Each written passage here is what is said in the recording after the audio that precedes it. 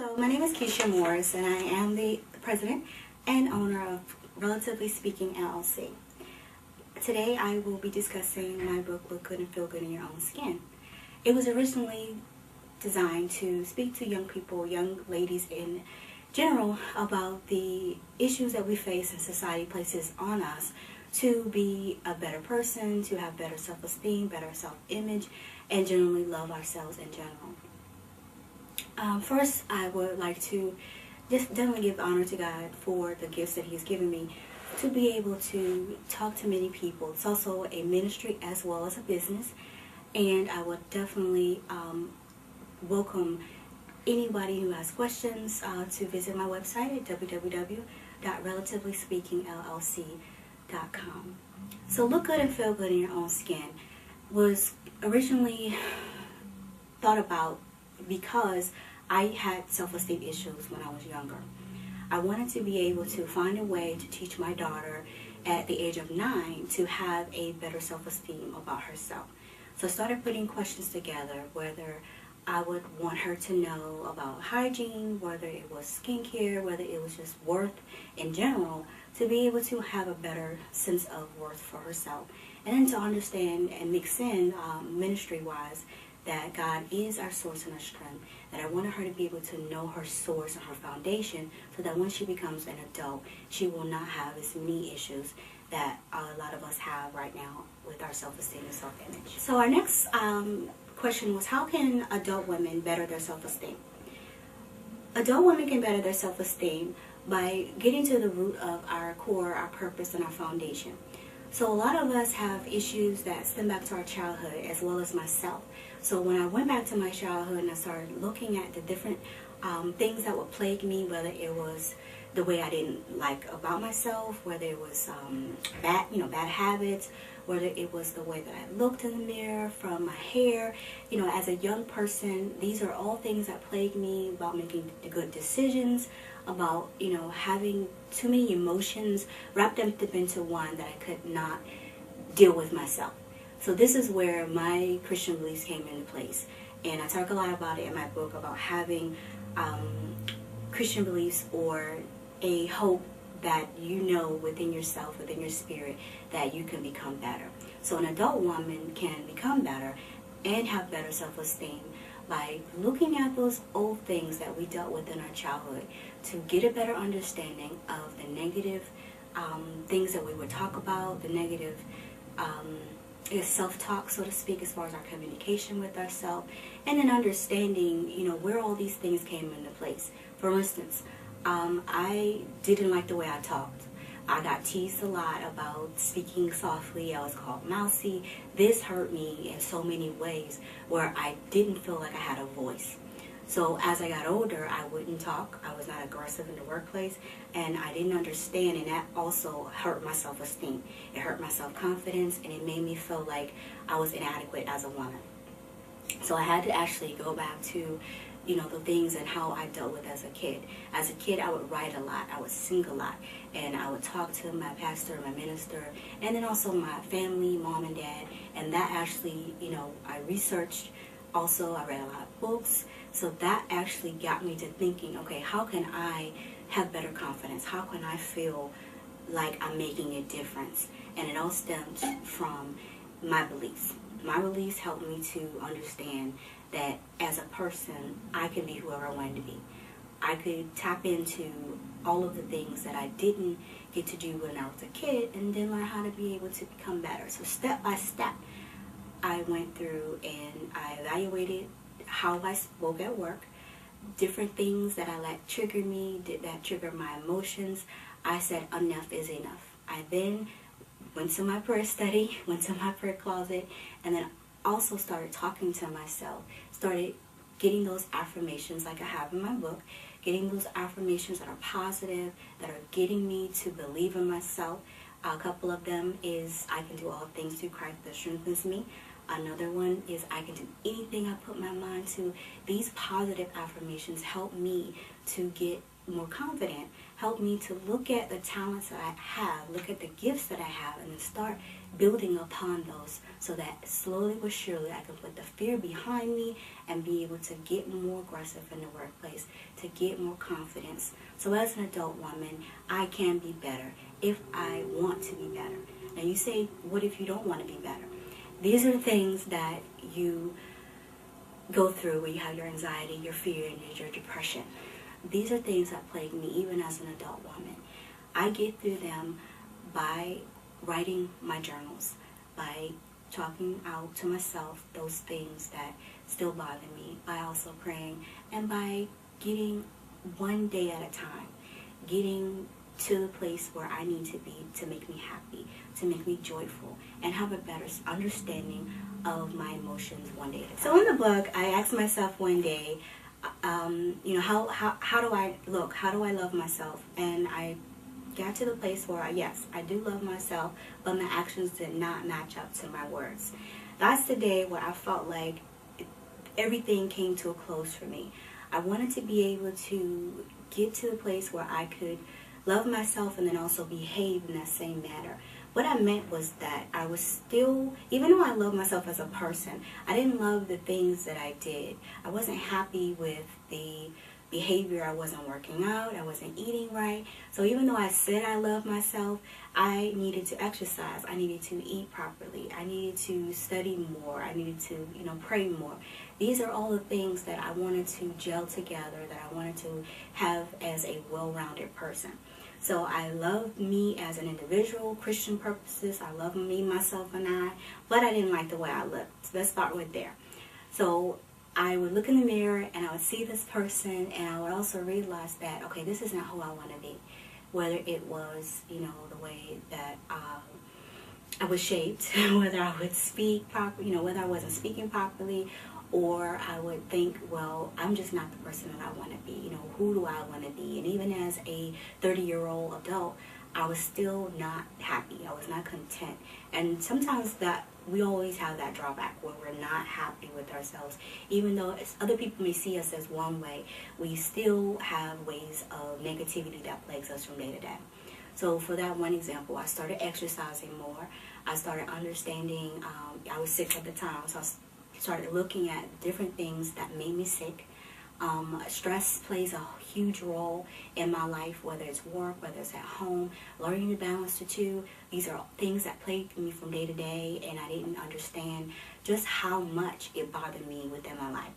And at the end of the day, I felt like I couldn't get it together. So that's also, that's part of what I meant by I love the way I, would be as a person. We're taught as Christians to, love each other, love ourselves. But at the same token, the things that I was doing in my life and surrounding me, my family knew that things were different. I have a philosophy with me is that if something is wrong with me, I won't teach others what's wrong with them. Pretty much saying that if I'm broken, I can't teach others about their brokenness. So I wanted to get myself happy. I wanted to get myself healed so that everything that I was loving about me was also in a more perfect situation. So all in all, I got to a place where I started doing everything that I was telling everybody else to do in my books. I started getting to the place where I was exercising. I was working out. I was, keeping my mind busy and staying focused on God. And then also finding different networks and, opportunities to get out there, to get my books out here, and then also take care of myself as a whole. So I got the opportunity to live again, pretty much, and get to the place. And so the question was on page 39 about, it's a section called Your Journey to Healing, Learning to Forgive. So it says, many of our anxieties and our fears come from our inner child rather than our adult self. Sometimes it's difficult to realize the emotional upsets we feel that are actually feelings left over from our childhood fears, traumas, and experiences. When unhealed, they remain with us until adulthood, causing emotional distress over issues that competent grown-up people feel they should be able to handle. For example, fear of the dark, fearing unlovable, fear of rejection, and that often originate in early unhappy experiences with our. We have anxiety and fears from our inner child. that go into our adult life. I meant by feelings of rejection, fear can move into. I want to talk about how we discover our life purpose and our direction. Personally, my direction, my purpose, I prayed about it a lot. I do a lot of meditation so that I can understand and get a better sense of who I am and where I belong. There are a lot of things that I look at as far as my talents, as far as the gifts that I have. That's the first place I look, so that I can see what am I passionate about, what drives me, what makes me happy, where I want to be successful and want to feel like I'm making a difference. That's the first goal, is to be able to get to a place where you can understand how you can be a better help to other people. And this one way that I've thought of is through the writing, through the journaling. You get to a place where you're talking, which is you and yourself, and you're getting to the root and the nitty-gritty, so to speak, of everything that you can possibly imagine.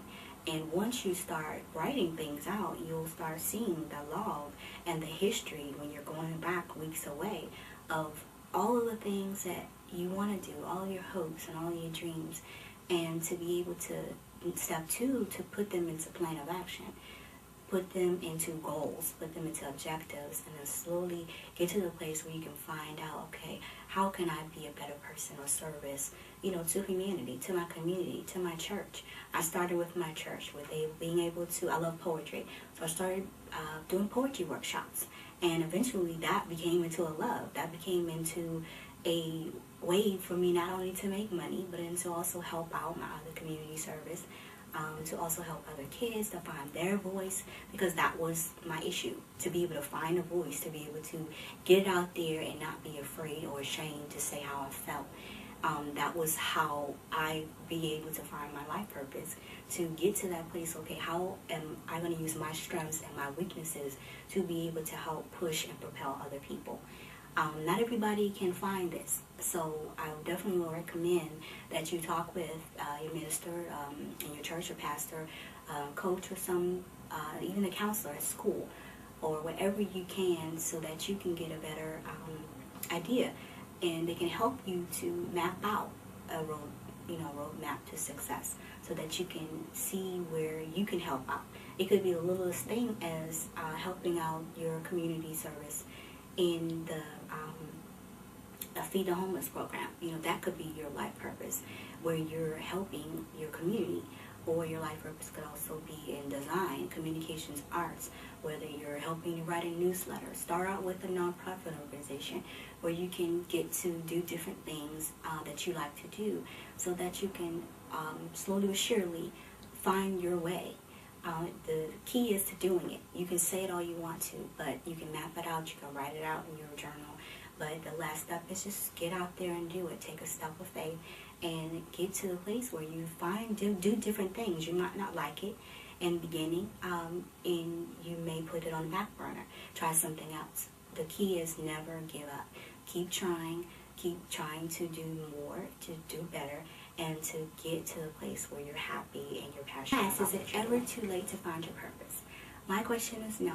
It is never too late. We have different opportunities throughout our lives, throughout our seasons, where we can be a testimony, be a testament to somebody else, to be able to share everything that we've gone through, to be able to enlighten and enrich somebody else's life. So take, for example, I have a poet friend that she's literally 56 years old. She's just started writing her poetry. She's published her book. And throughout all of the things that she's been through in her life, she's now doing public speaking. She's helping kids. She started a nonprofit for our young girls to be able to get the word out, to let their voice be heard, actually. And this all started from her writing. After she retired from government, she was able to put her life passion, which is writing and helping young girls to find their voice, and it all culminated just because of that. I have another friend, she wanted to sew, so she started sewing different little trinkets and pocketbooks and purses, and now she's a vendor. She's retired and she's vending and doing what she's always loved to do. I have another lady, she loves to sing. She's never sang within a group, but she finally joined the group, and now she's singing and doing everything she wants to do. My last example is I have a girlfriend who just, she loves to cook, she loves to bake.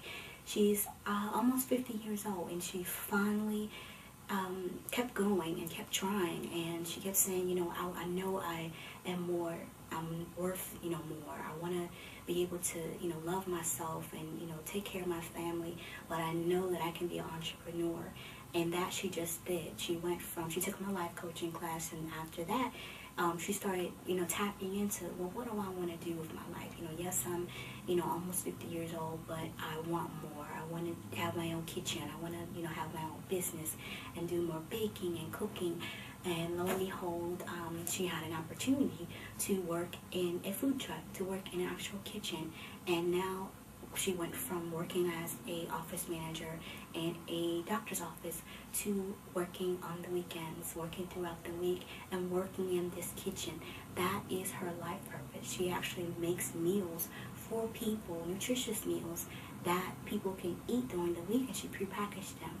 This is something that she would have never done if she would have been able to give up, and that she did not. So I'm very proud of her for doing that, and that tells me that anybody who has a goal, who has a vision, who has the ability to just step out there, to not be afraid, to not be fearful, you can do it at any age. So on page 52 of my book, there's a section that says, but have you ever thought that you're beautiful the way you are?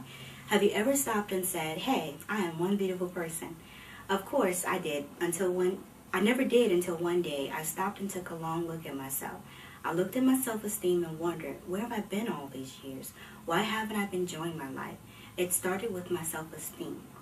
And it also says, now, I'm not that old, so why was I so worried? I was worried because I was losing out on my life. I was not having the fun that I should have been having, and I needed the inspiration. So pretty much what was going on with my self-esteem is that, for me personally, I had gotten married early. I had a child, graduated in college the same year, and everything was overwhelming for me. I had moved in with my husband. We had, started a family, and I felt that I was missing out on all of the things that I wanted to do. So I had a particular plan for my life, plan A, let's say. But plan B is what really happened. And it took me a while, and it took a toll on my self-esteem, my self-confidence, and self-image, because, number one, I was depressed. I was anxious about life, whether it was going to pan out the way I wanted to, whether I was going to be able to find a job. Straight out of college, I didn't do the insurances that I wanted to do. So these are all things that I worried about, which I shouldn't have been. So it was years, I think almost 5 years, that I was depressed, that I didn't even know that I was depressed. I saw one thing, people saw another, and then those two didn't match up.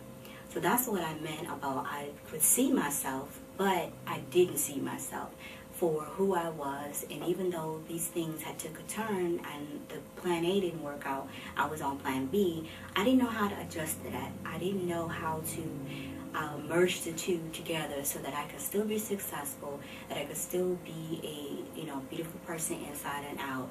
I got to a place where the depression was so difficult. I had to be on medication to be able to help me clearly see that everything that I had gone through was not null and void, that everything happens for a reason.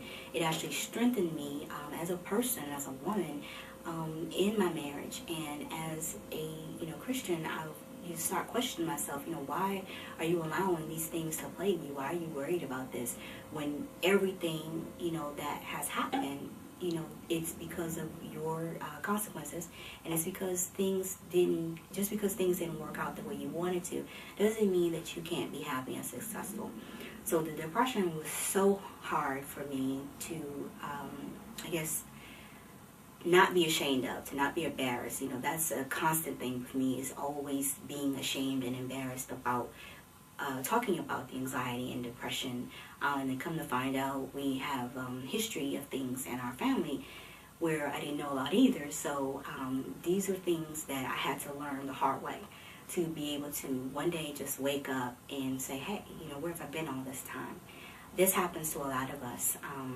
And I do talk a lot about, coaching with other ladies, how to get to that place where you just are enlightened. Just God just opens up, this whole area and a light bulb comes on. You're like, wait a minute, how did this happen? That's where I was in my life. At 30-something years old, I was no longer, the outgoing, the playful, that I want to go out and, do the things I want to do. I was a stay-at-home mom. I was a, wife and took care of home. This is not what I was used to. So that is one of the reasons why I got so depressed, because I was so used to doing one thing one way, and I couldn't deal with that. I couldn't handle it. So my mind just kind of shut down. These are things that happens to a lot of us, and the only way that I could actually get through it, yes, is prayer. For me, going back to my source, my foundation, I started writing my poems again slowly but surely, and I started praying and just asking God to just release all of the depression that I was dealing with, just to clear my mind, to get rid of the anxiety and the fear, because I didn't want to be on medication for the rest of my life. So when I got off the medication after a couple of months, I started talking things out. I started going to a counselor. I actually had a couple of mentors that, mentored to me, as well as an actual coach that helped me to talk out, to help me to get to the bottom of what was bothering me so bad. And that's how I was able to release all of the things that I had not forgiven myself for years before. So all the things that I thought that was not good, that were bad, that happened to me, and plan A didn't happen, woe was me. But I had to see. Talk about the question, why haven't I been enjoying my life? Most of us are afraid. Most of us, are in that place where, we want to do more, we want to be more, but we may not know how. So I need people to understand that, we can do anything that we set our hearts to.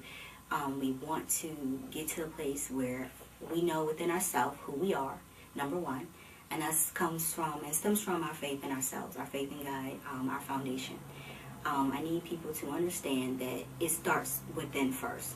And if we believe that we can do anything that we put our minds to, then that can shape us to become move to another step, shall I say, so that we can then start enjoying our life. A lot of people ask me that, and they say, okay, well, what can I do next? The question is that, what do you want? It's easy to say, well, I haven't been enjoying my life, but think of why. Get to that why. Start asking yourself, what have you been doing to limit yourself so that you can understand and begin to manifest the things that you're supposed to be doing. So, for example, say you want to sail around the world. I'll stretch, but say you want to do that. You want to go on a cruise. My first question is that, why do you want to go on a cruise?